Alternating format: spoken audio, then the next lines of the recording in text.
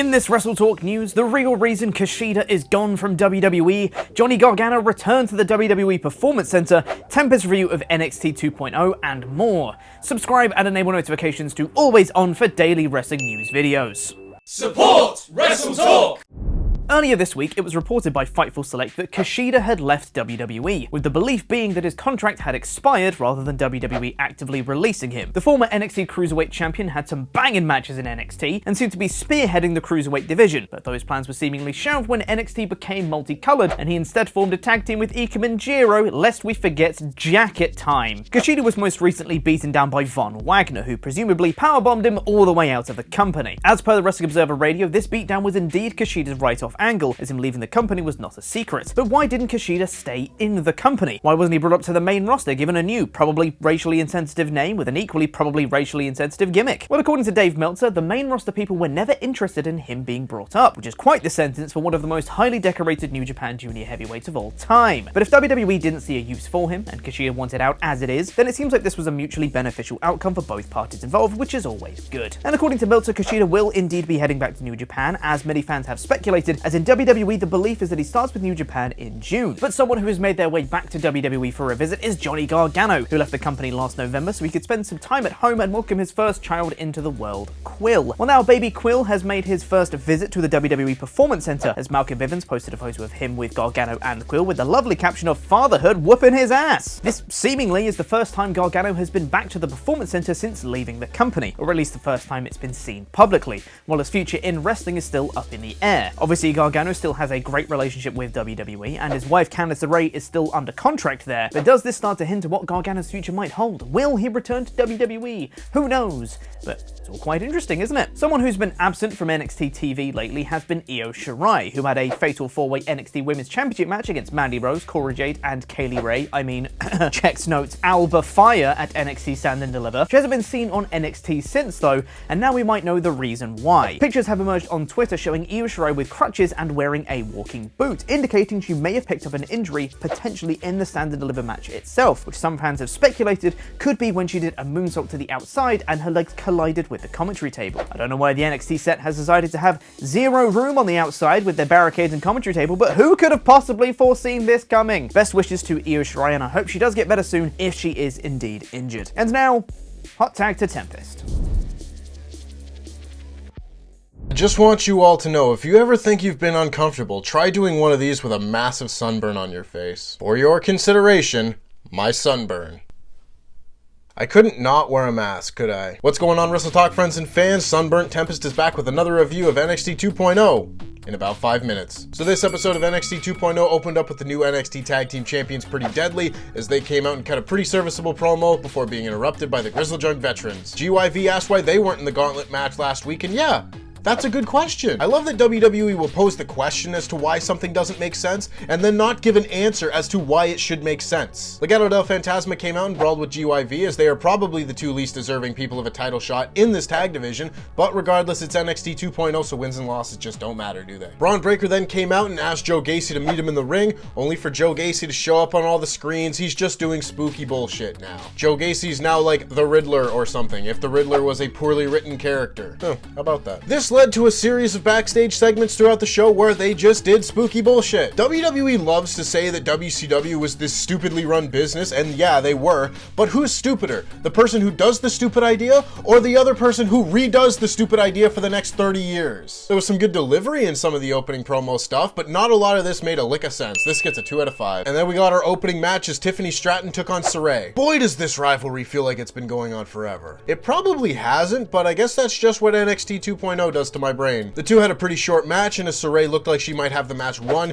Tiffany Stratton hit her with a headbutt and hit her corkscrew Vader bomb for the win. Sucks for Shirai, because now even if she makes her anime transformation, her little pendant doesn't even win her matches anymore. Again, there wasn't much to this match, but I don't know, 3 out of 5? We then had a backstage segment where we learned that Grayson Waller fired Sanga last week. I mean, yeah, I wouldn't necessarily want to be partnered with him either, but this begs the question why they were in the tag gauntlet over the Grizzled Veterans, and why they were a team at all if they were only going to last like 2 months. Grayson Waller and Sangha of the Thunder then had a bad match because Sangha of the Thunder is a bad wrestler. There really wasn't anything to this one either, as Grayson Waller just won with his rolling stunner clean as a sheet. I don't want to sound harsh, but if we don't see Sangha of the Thunder for a while, I don't think that would be a bad thing. If Sangha takes another year in the Performance Center to try and get better, I don't think that would be a bad thing for him. And if he's still not ready for TV after that, maybe this just isn't for him. This match was nothing. It gets a 2 out of 5. We then got the tag team match that was set up early as Legado del Fantasma took on the Grizzled Young Veterans. Who the f is Cruz del Toro? Oh, who cares? The two teams had a short but good match as Legado del Fantasma won with a total elimination type move. Why we could not set up the Grizzled Young Veterans as a potential challenger for Pretty Deadly, I don't understand, especially considering Legado del Fantasma was the first tag team eliminated in last week's Gauntlet match. They're just so content to keep everyone exactly where they are on the NXT totem pole, and it's just mind-numbing at this point. Again, good match, nothing to it, 3 out of 5. We then had what was by far the best match on the show as Santos Escobar took on Carmelo Hayes. You could make the argument that these are the two best wrestlers in NXT 2.0, and they had a match befitting of those two guys. But as Santos Escobar might have the match won, he was attacked by two gangsters at ringside.